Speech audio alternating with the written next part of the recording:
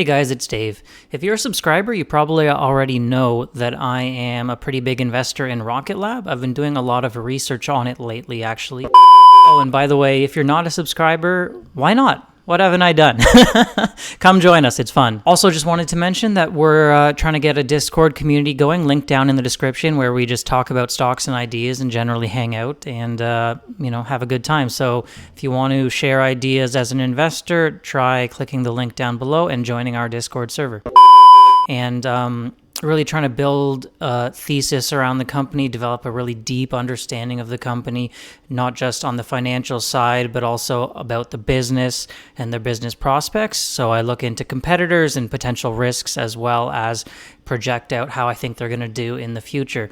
Very important to look into the risks of a company you're investing into. You don't just want to ignore all the potential downsides because you want it to do well. You really have to know what you're getting into. So for that reason, I've also been looking into the risks. Of course, a lot of the normal ones out there that you'll see for every industry. Competitors come in with a new product, a competing product, maybe a cheaper product, a newer rocket. And that is definitely true of the space industry. There's all sorts of companies starting up right now. It's definitely a competitive space. Another one you could see is demand slowing down. That could happen in any industry. But this one I came across, I found very interesting because it's actually bigger than those issues. It's actually a risk to the entire industry, not just Rocket Lab as a whole. So if you're an investor in Astra, it's a risk to you there, or Virgin Orbit, even Virgin Galactic potentially. It's really a risk to almost every single space company out there. And that is this concept called Kessler syndrome.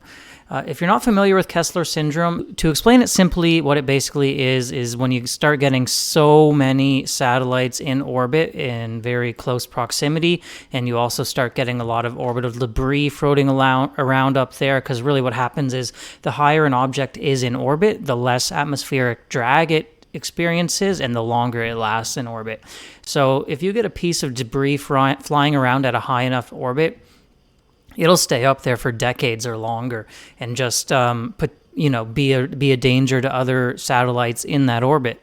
So as the years progress, we get more and more satellites in orbit, more and more debris in orbit. All sorts of things happen with satellite collisions even causing debris, and people not deorbiting their second stages with deorbit burns. And you get to the point where a collision happens, and that collision causes a bunch of debris to go flinging out into various different trajectories in orbit around the Earth.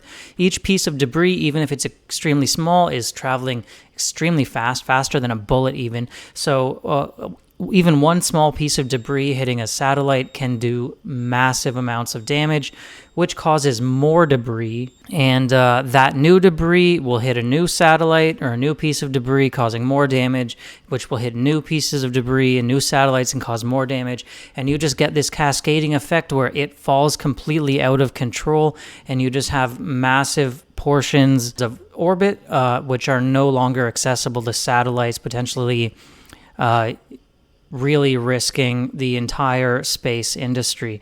So what I want to do today is do a deep dive on how close are we to this Kessler syndrome occurring? Is it really that bad? Some different people seem to have different opinions on it. So we'll go into people who think it's not really a big concern, people who think like, oh my God, it's already starting to happen, and try and take a measured view of the issue, as well as what is being done and can be done to help prevent it from happening. And then just kind of wrap up talking about how big of a risk this is to our investment. So with that, let's head over to the discussion.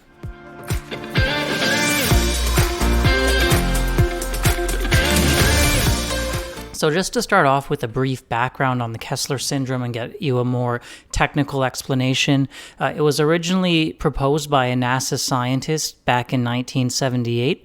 His name was Kessler, as you may have guessed. It's a scenario in which the density of objects in low Earth orbit due to space pollution is high enough that collisions between objects could cause a cascade in which Each collision generates space debris that increases the likelihood of further collisions. By about the year 2000, space debris would outpace micrometeoroids as the primary risk to orbiting spacecraft. During the 1980s, the U.S. Air Force conducted an experimental program to determine what would happen if debris collided with satellites or other debris. The study demonstrated that the process differed from micrometeoroid collisions with large chunks of debris which would become collision threats. In 2009, Kessler wrote that modeling results had concluded that the debris environment was already unstable, such that any attempt to achieve a growth-free small debris environment by eliminating sources of past debris will likely fail because fragments from future collisions will be generated faster than atmospheric drag will remove them. One implication is that the distribution of debris in orbit could render space activities and the use of satellites in specific orbital ranges difficult for many generations. Currently, there are more than 4,500 active satellites in orbit.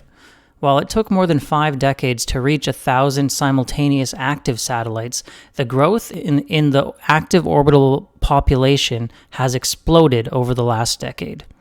This has been driven largely by companies such as SpaceX, designing satellite constellations to provide internet access. More than 100,000 satellites have been proposed, with nearly 40,000 proposed to the U.S. Federal Communications Commission in November 2021 alone. However, the increase in satellite launches is not the only contributor to Kessler syndrome. Satellites are important assets to many nations' military might, and the ability to shoot down an enemy satellite is a valuable capability that many countries have sought to develop. Several anti-satellite missile systems have already been tested, the resulting explosions causing massive amounts of space debris to be flung into various orbits. Now just going over a few examples. First of all, India. On March 27, 2019, India successfully conducted an anti-satellite weapons test called Mission Shakti. The interceptor was able to strike a test satellite at a 300-kilometer altitude in low Earth orbit, thus successfully testing its ASAT missile. In a statement released after the test, Indian Ministry of External Affairs said that the test was conducted at a low altitude to ensure that the resulting debris would decay and fall back into the Earth within weeks. According to Jonathan McDowell, an astrophysicist at Harvard-Smithsonian Center for Astrophysics, some debris might persist for a year, but most should burn up in the atmosphere within several weeks.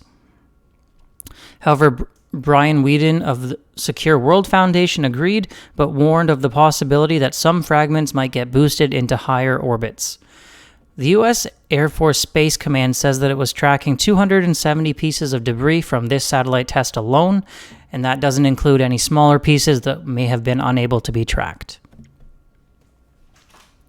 Now for China. At 10:28 on January 11th of 2007, the People's Republic of China successfully destroyed a defunct Chinese weather satellite, Fangyang 1C. This detonation alone caused more than 40,000 new chunks of debris with a diameter larger than 1 centimeter and a sudden increase in the total amount of debris in orbit. Evidence suggests that the same SC-19 system was also tested in 2005, 2006, 2010, and 2013. The United States. Now, the United States is not without blame in this area either. On February 14th of 2008, it was reported that the United States Navy had been instructed to fire a missile weapon at a failed reconnaissance satellite to act as an anti-satellite weapon. According to the U.S. government, the primary reason for destroying this satellite was the approximately 450 tons of toxic hydrazine fuel contained on board, which could pose health risks to people in the immediate vicinity of a crash site should any amount of the satellite survive orbit. Of course, I'm sure that toxic fuel being dispersed into the atmosphere is probably not great either. Next is Russia. On November 15th, a Russian PL-19 Noodle interceptor missile launched in northern Russia struck the now defunct Soviet-era Cosmos 1408 satellite at approximate altitude of 480 kilometers, so a little bit higher up in orbit this time. The intercept has generated a massive debris field in low Earth orbit. According to U.S. Space Command, more than 1,500 pieces of trackable orbital debris have already been detected, and hundreds of thousands of smaller fragments are likely to surface. I should mention at the speed these objects are moving around in orbit, even something as small as a fleck of paint, moving at speeds much faster than a bullet, can cause massive damage. Unlike some earlier, similar tests in other countries, the test satellite Cosmos 1408 broke up at a greater altitude. As a result, the debris generated after the intercept could end up significantly dispersed, including to higher orbits where it may linger for years, if not decades. Debris is already a significant problem in critical Earth orbits, including low Earth orbit. More than 23,000 orbital debris objects larger than 10 centimeters in diameter exist alongside thousands of untracked smaller fragments. These objects travel at immense speeds, averaging 7 to 8 kilometers per second. In 2009, a collision between a defunct Russian military spacecraft and an operational Iridium-33 communication satellite generated almost 2,000 pieces of trackable debris. And these are just some examples. The stories do go on. Now, I know that previous section may have made it sound like it's all doom and gloom and the world's coming to an end. We're going to lose access to space for everybody. But there are some reasons for optimism. A lot of people are aware of this issue. They're looking into it, and some people do believe that it's a little overblown.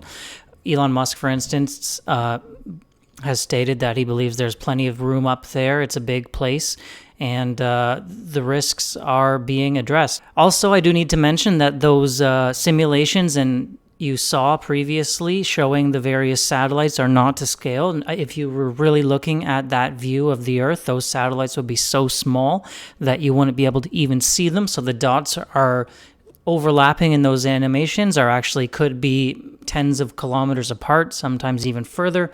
In addition, in those simulations you're seeing, it's really hard to detect the difference in altitude. So even if you see two satellites crossing right over top of each other, there could be, 50 kilometers difference, and you're just not seeing it from that way zoomed out view. So although some of those animations looked really bad, that can be deceiving. So now let's just talk about how people are addressing this problem and what we can do going forward. So let's start off with SpaceX, since they're the biggest launcher of satellites, currently the biggest contributor to what some would say is the problem, although I would argue that the debris and missile tests are really much worse.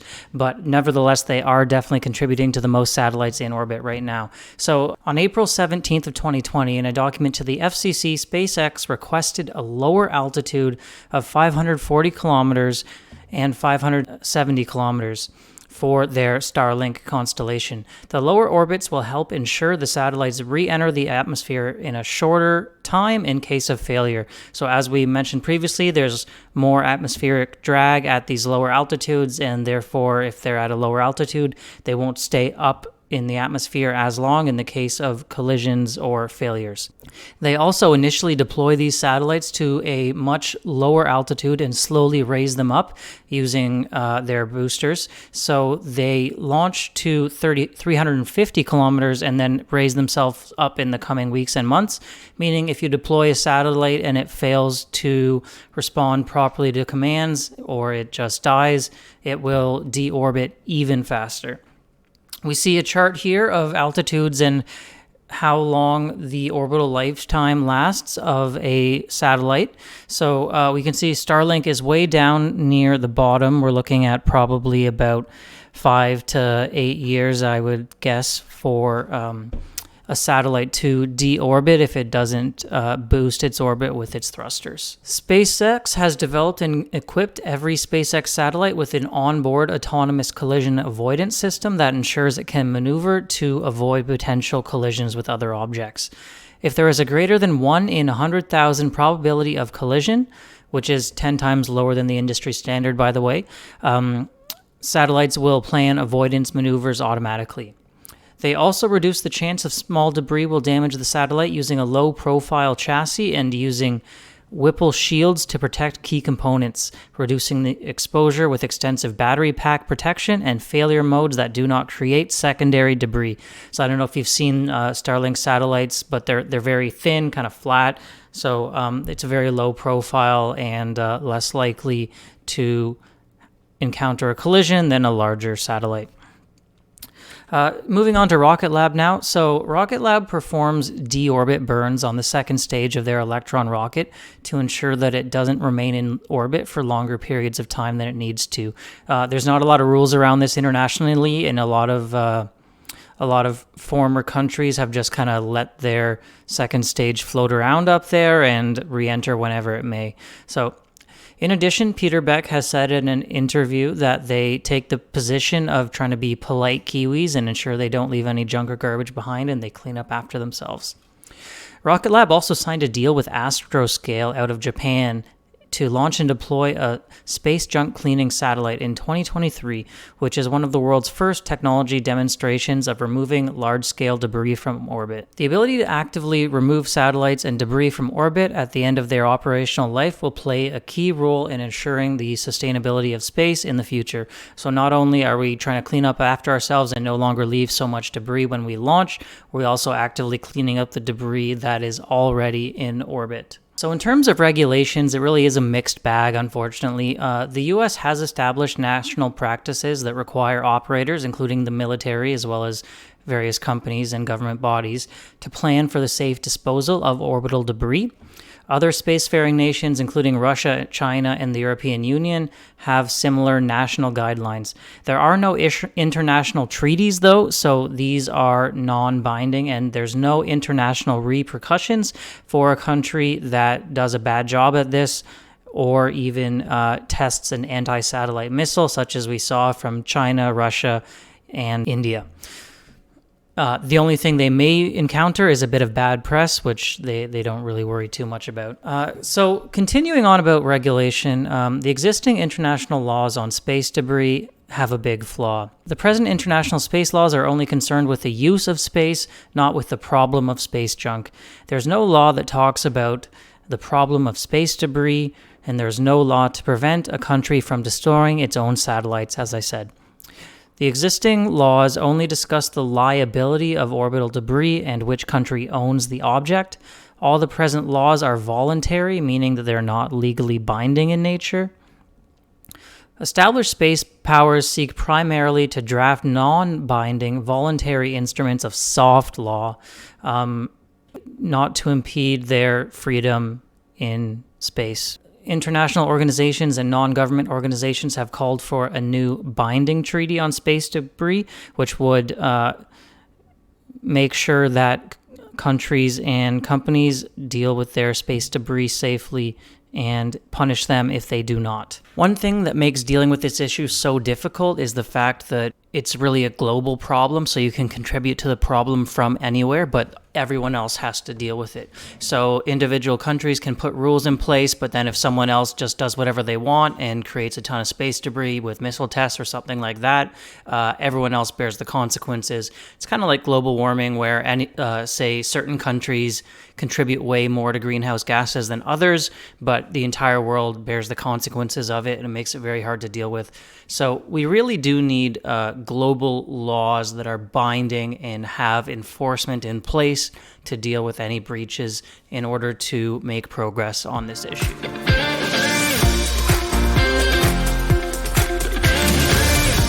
So just to wrap up, guys, after doing a lot of research on this issue, there's definitely a lot of junk up there. There's a lot of little bits and pieces of satellites. There's been many collisions in the past. It's amazing how many pieces of debris one collision can cause. You look at one collision between two satellites causing 40,000 plus pieces of debris scattered all over. Some of them are so small you can't really track them. Obviously, that's going to pose a risk to rockets and satellites in the future, and we all want to make sure space stays safe for all these great companies we're investing in, as well as various nations around the world and just the future of mankind in general. So I really do think it's important that we get some binding, strict regulations in place internationally, not just nations imposing their own guidelines on themselves, because we really need some sort of repercussions when a country just goes and has a anti-satellite missile test in orbit, blows something up, and just generates massive amounts of debris. It's really crazy to me that this is still happening today. And I mean, God forbid we actually experience a war where someone starts shooting down enemy satellites. I would have used to think this is impossible, but now with the Russia and Ukraine situation going on, who knows? Seems like anything could be possible. It does look bright for the future of removing space junk using various new satellites. We see Rocket Lab is launching a technology demonstrator in 2023, and there's many other projects ongoing as well. A lot of these new satellites that are being approved by the FCC are launching to lower orbits, so they won't last in orbit as long. So I think overall there is more that needs to be done on this issue, but it's not absolutely current threat of losing the entire access to space, but it's something we do need to watch very closely in the future, and more definitely needs to be done on the issue. That's it for today, guys. Thanks for watching. I'll see you next time.